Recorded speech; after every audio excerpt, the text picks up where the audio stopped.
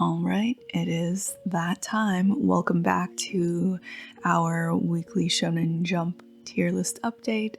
We'll start with what ended. I'm going to go over my final thoughts on everything that ended since we last updated the tier list, and then I'm going to go into my first impressions on the new Jump series.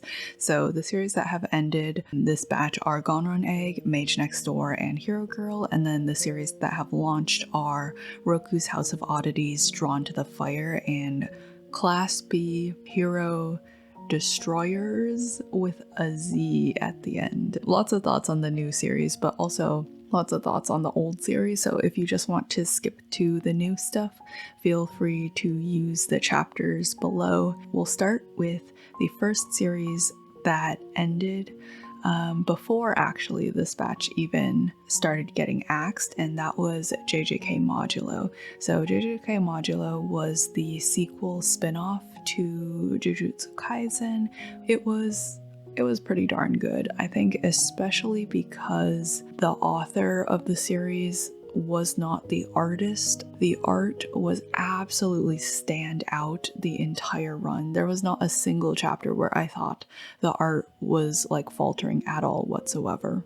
This was a short-term intensive serialization, so that means that they had lots of time to plan ahead for it and create the series, and they didn't have the pressure of the knowledge that the weekly deadline is going to be a thing for them for years and years and years. So that kind of does affect it, but regardless, the end product is something that is drawn absolutely gorgeously. The series was not axed, it ended on its own terms, and it was fantastic.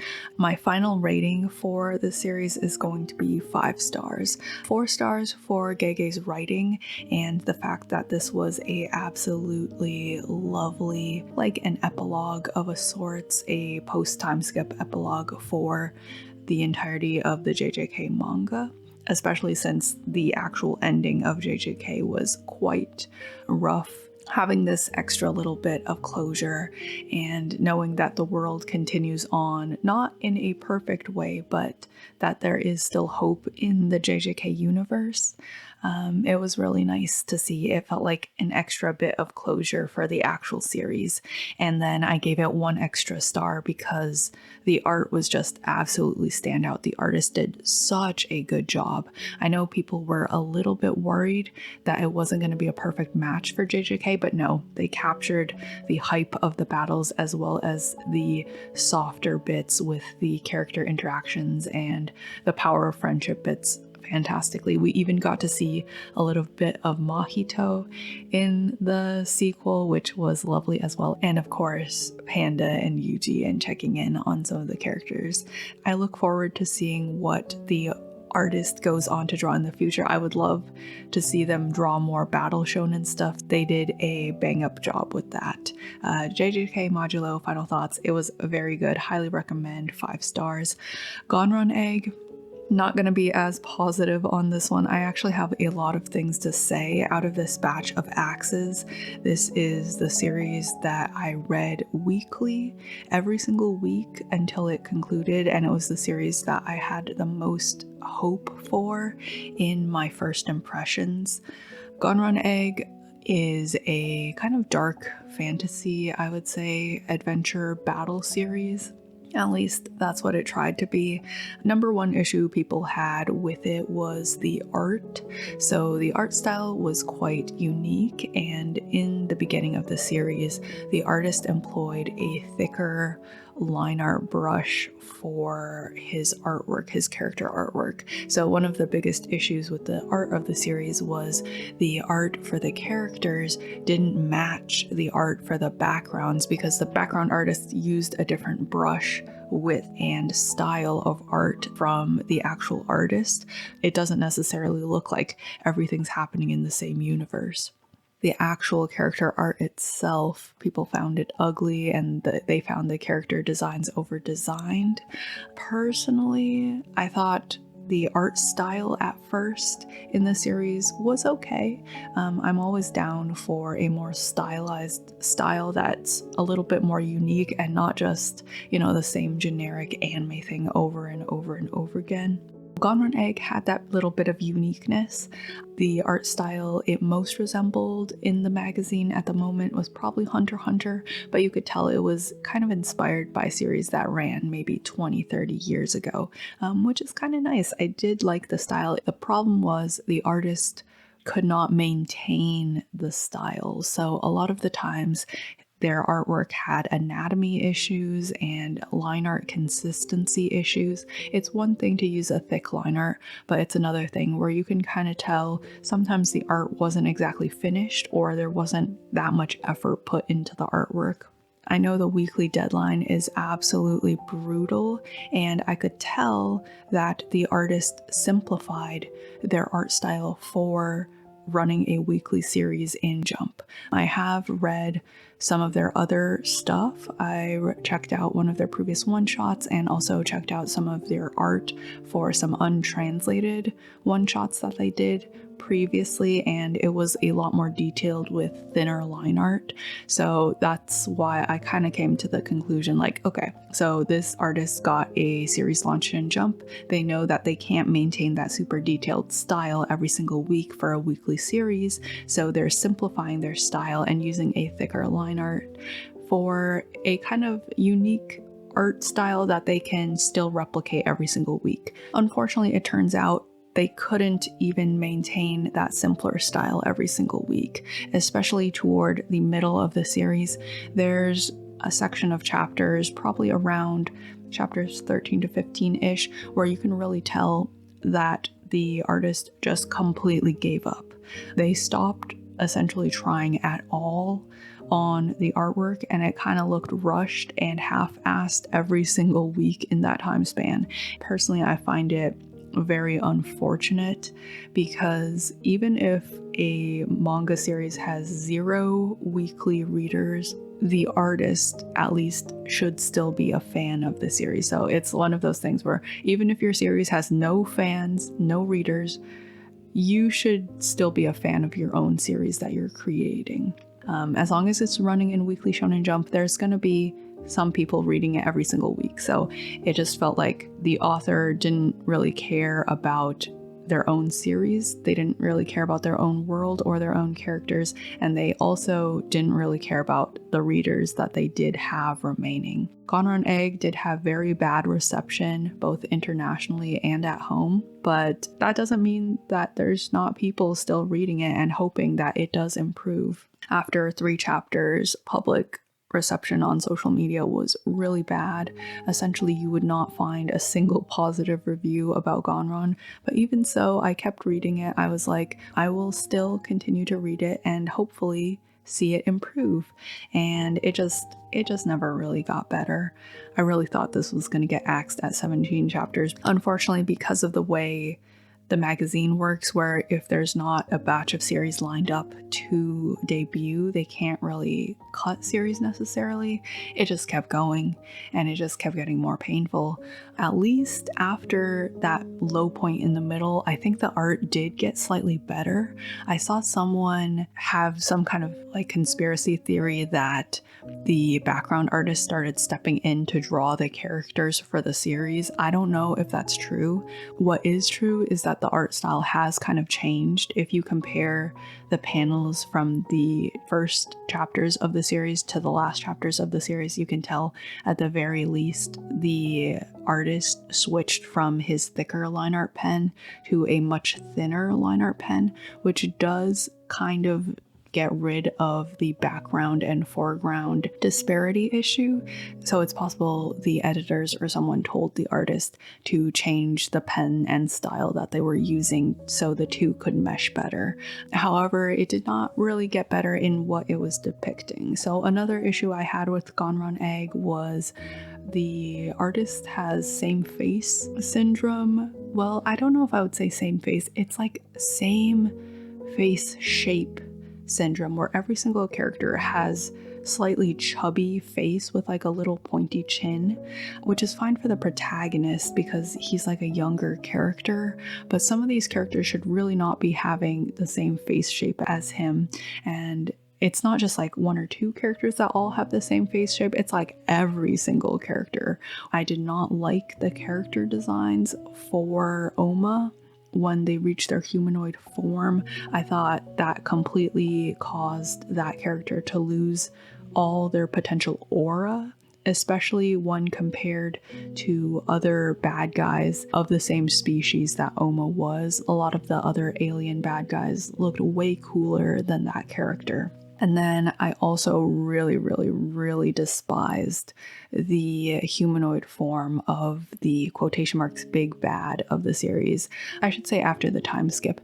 After that point, they really decided to go all out on the boobs and the thighs. And at that point, we already all knew that the series was getting axed, so it was just extremely painful to see that. Watching the big bad go from a character with like a mask and some kind of armor into like a double H cup hentai girl design, it was painful, man. It was really painful. And then the audacity to have the last shot of them we ever get in the manga be like a fetish shot of them lying on a table with their limbs all cut off in preparation for a torture interrogation. Like, bro, at that point, you're just insulting the handful of readers you have left. That's bad to the point where I can't even describe how bad it is. Like, there's no words in my vocabulary. Usually fan service, unnecessary quotation marks fan service in shonen that aren't fan service series is used for like a little bit of a crutch if the reader isn't immediately hooked onto the series at first because they don't know the characters. Hey, they can at least be hooked by like a panty shot. Obviously, I personally disagree with that strategy, but it's like an industry thing. But usually it's put in like the beginning of a series where the series still has a chance to grow if it hooks new readers. If the series is already being axed, what's the point of it? I don't understand. I think what's even worse about it is you can't even say just straight up that the series had no potential, because after the horrible, infamous panel of the quadruple amputation, the author decides to throw in a little bit of plot that he had left by saying, oh, well, that's actually not the big bad of the series because there's actually a prince who's the actual king of the alien group. And hey, this prince actually has some character depth.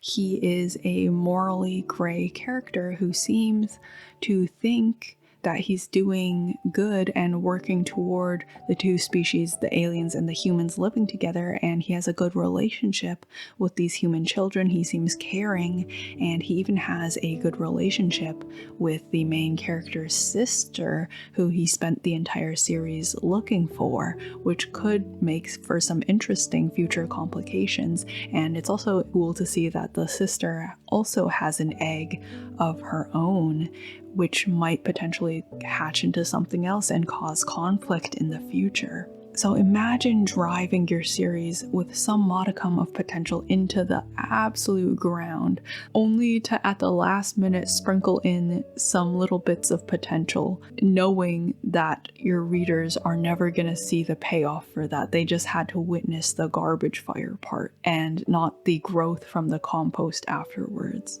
Yeah, overall rating for Gonron Egg, 2 stars. On my rating scale, that means I don't think that the series is worth your time to read. My advice for the creator, a weekly is not for you. Honestly, I don't even know if they could do monthly at this point. Maybe stick to one-shots or something. Please use this as a learning experience, but also do not subject readers to this kind of thing like ever again. This was a lot of wasted potential, and I just want to emphasize that there was potential in it. Next up, Mage Next Door. I don't have too many notes on the series. I read the first couple chapters, dropped it, and then I read the last chapter just to see if the art had improved at all. Not necessarily. The art looking extremely generic was the main reason the series didn't really hook me. It seems like it had some fans though, so I would like to see what this author does in the future. Hero Girl and Demon Lord, I also dropped this one pretty quickly. It is just very much not my cup of tea, and then it had like additional issues on top of the fact that I already don't like rom-com high school series.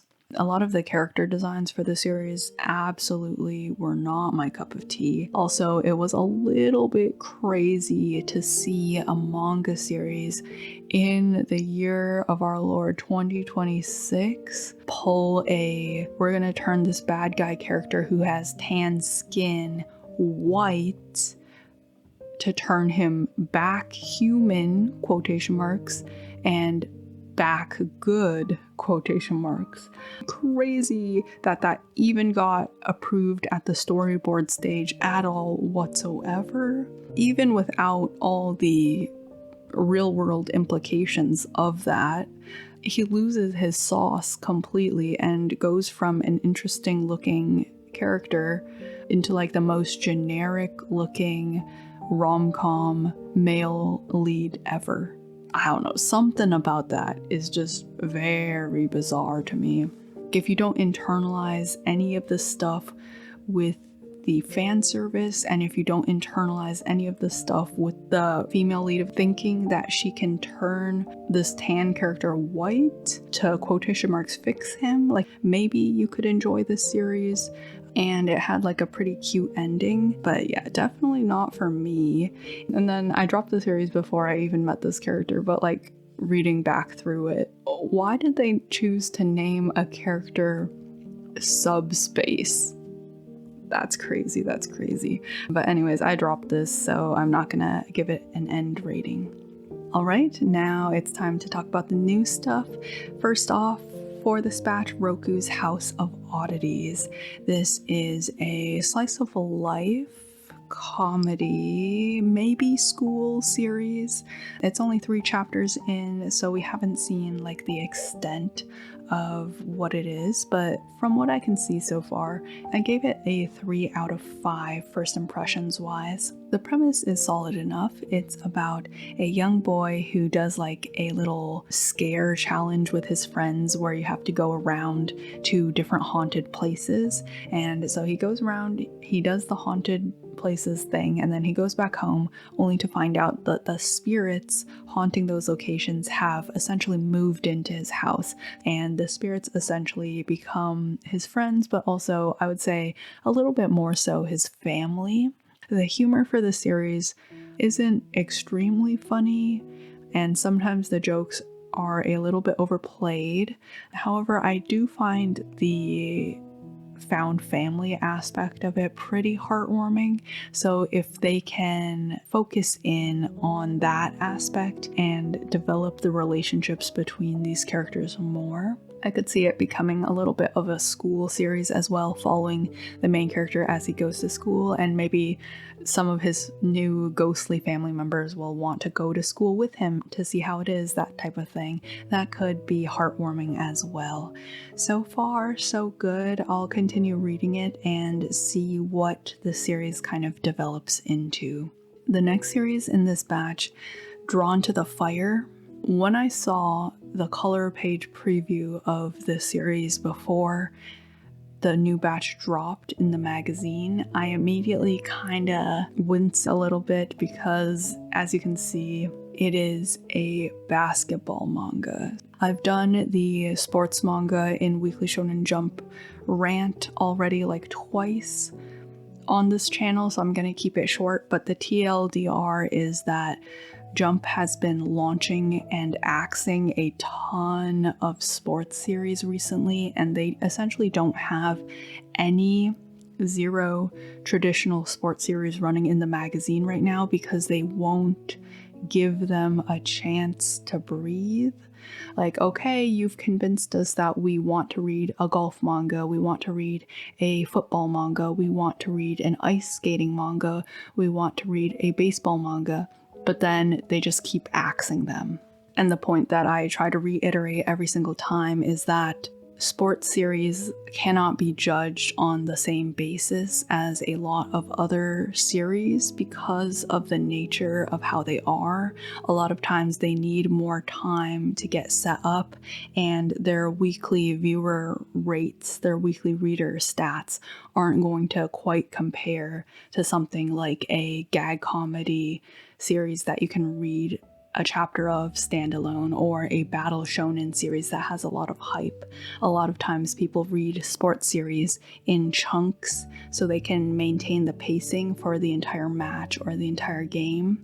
And that is something that will affect weekly stats. So if Jump wants to launch a sports series, that's fine. They just need to keep in mind that they can't necessarily judge it on the same absolutely brutal and cutthroat criteria that they judge other series on. I'm kind of sore about this because the most recent sports series they axed was one that I really enjoyed.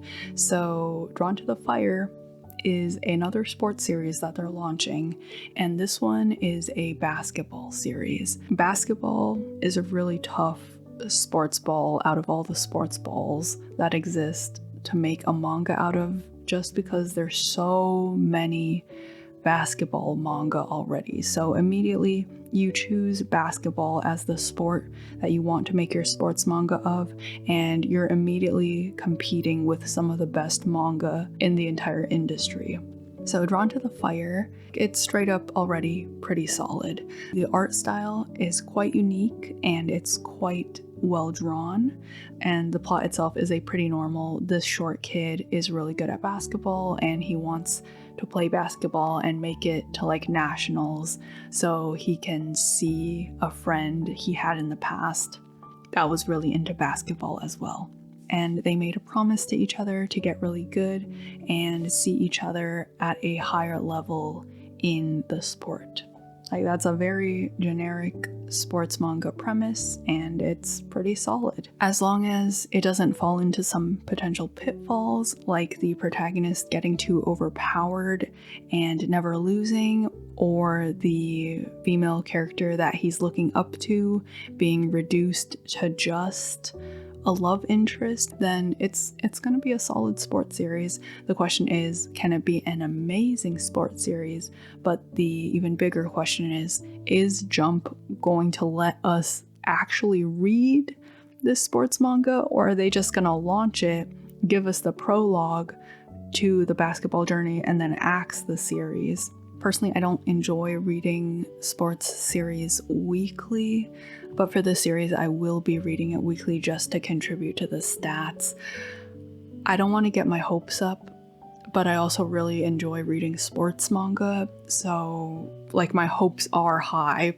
Shonen Jump, please let us keep one sports manga in the magazine, please. This series kind of has a lot of stuff going against it, but I will cheer it on. It is a little bit unfortunate because very recently, in the past couple of months, Weekly Shonen Magazine, which is Kodansha's Weekly Shonen Jump competitor, they very recently launched a new basketball series as well called Zero and Hyaku, and the premise is very similar. It's also about two friends, one of which is very short and one of which is very tall, playing basketball together and trying to get better.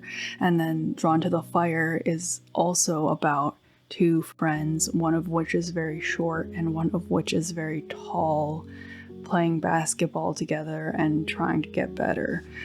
So that's essentially direct competition. Obviously, Weekly Shonen Jump, the magazine itself, has higher sales than Weekly Shonen Magazine. I think Drawn to the Fire's art is from the get-go a little bit better than Zero and Hyaku, which has a little bit of a more sketchy, less stylized art style. but both of them to me are readable, so I guess I'll read both of them and see how they compare. Alright, and last series in the new batch is Class B, no, I think it's Class 2B, Hero Destroyerz with a Z, crazy title. I'll probably just call this Class 2B going forward. This is by the creator of Gintama, which is a very famous Shonen Jump staple, which is probably why this series out of the batch has been the most hyped. I have not personally read Gintama before. I tried watching the anime a while back, but never really got too into it. I don't really have nostalgia. However, I also don't really have bias for this series, so I'm just kind of judging it as if it was made by any other mangaka.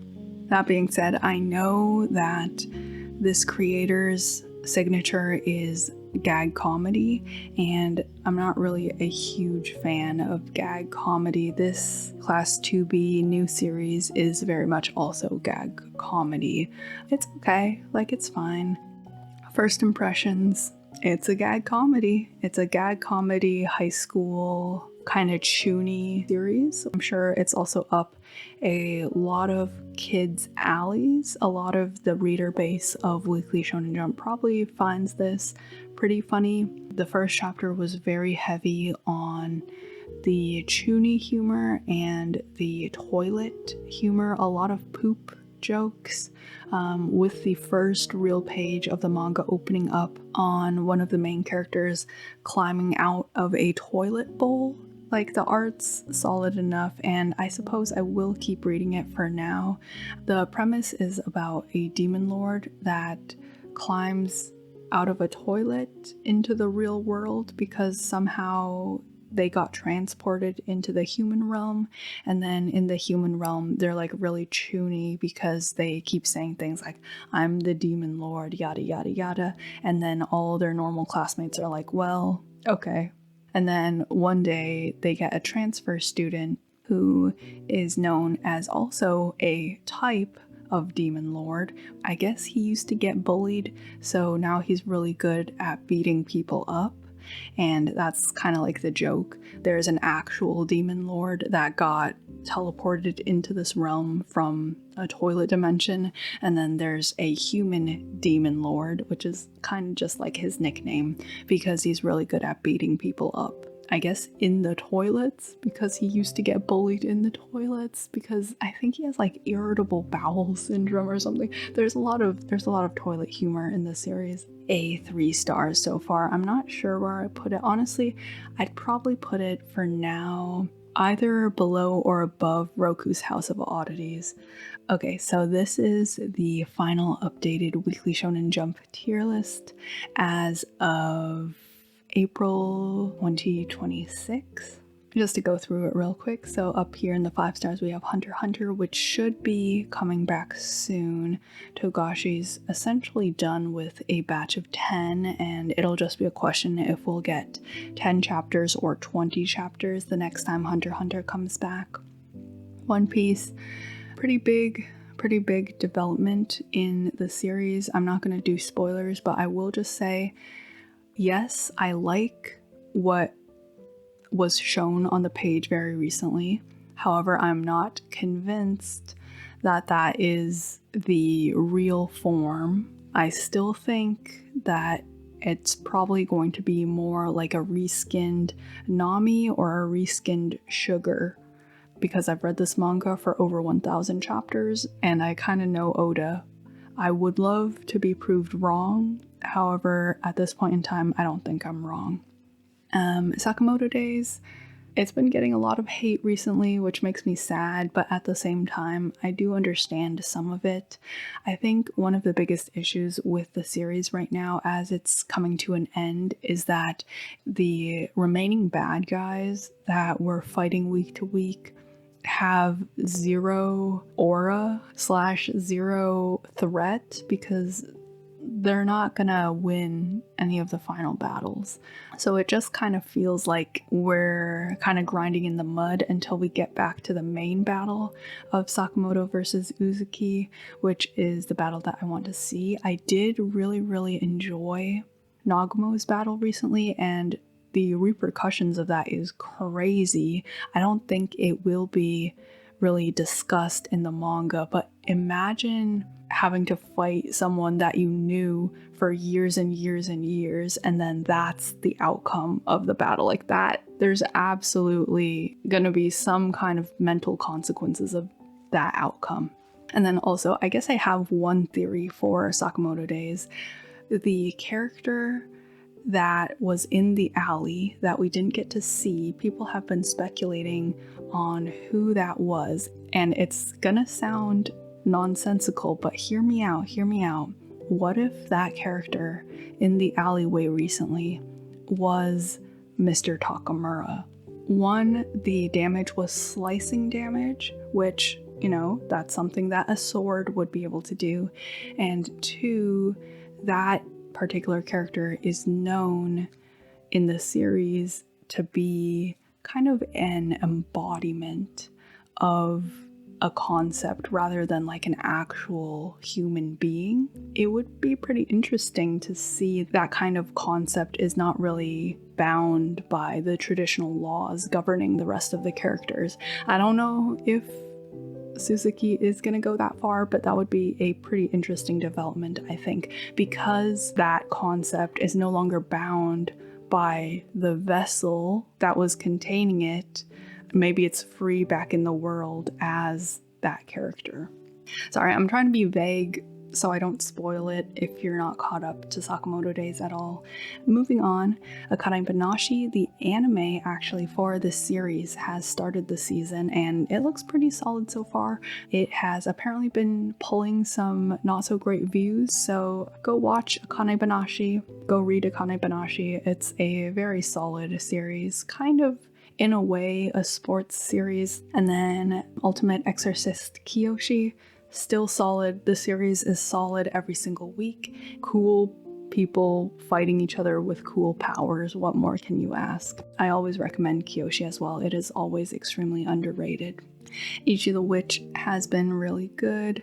Kagurabachi has been more than very good. Kagurabachi has been amazing, and my jaw just like hit the floor when I realized part 2 of Kagurabachi was going to be an entire part of flashback arc. Like, hell yes. One of the things I said in my initial review of Kagurabachi was I really hope we get to see more of the interactions between Shiba and Kunishige, which is like the previous generation in this universe. And more than just flashbacks, the author decided to give us an entire arc, an entire look at the events of the Sete War, which is crazy. I'm like so excited. Every single chapter of this most recent part 2, I've been like on the edge of my seat, and the art has been really solid so far as well for part 2. I just hope it can maintain that quality. Kagurabachi, fantastic. So excited for the anime. Whenever that announcement drops, fingers crossed that they do the manga justice and improve upon the visuals in the anime as well. It just keeps getting better, and I hope one day it becomes so good, it becomes like an industry juggernaut. Alien Headbutt, fantastic as always. This is for sure my favorite of last batch. It's just so much fun. Every single chapter, it's just this guy beating up aliens and aura farming, which is absolutely what I read shonen manga for. I'm very sad that it's at the bottom of the TOC and the magazine as a whole. Weekly Shonen Jump, please don't fumble this. You got like a cool wrestling manga in here that could run for like over 1,000 chapters. Just look at Hajime no Ippo and Baki, okay? This could be really good. Do not axe it. I highly recommend everyone check this out as well. It's just a lot of fun, especially if you liked those previous series that I mentioned. I'm gonna put Drawn to the Fire in 4 stars right now. This could very well change, but just for now, I'm excited for a new sports series. Roku's House of Oddities, I'll put at the top of 3 stars. I think the series could go either way for me, but just for now, I'm interested to see in which direction it chooses to develop.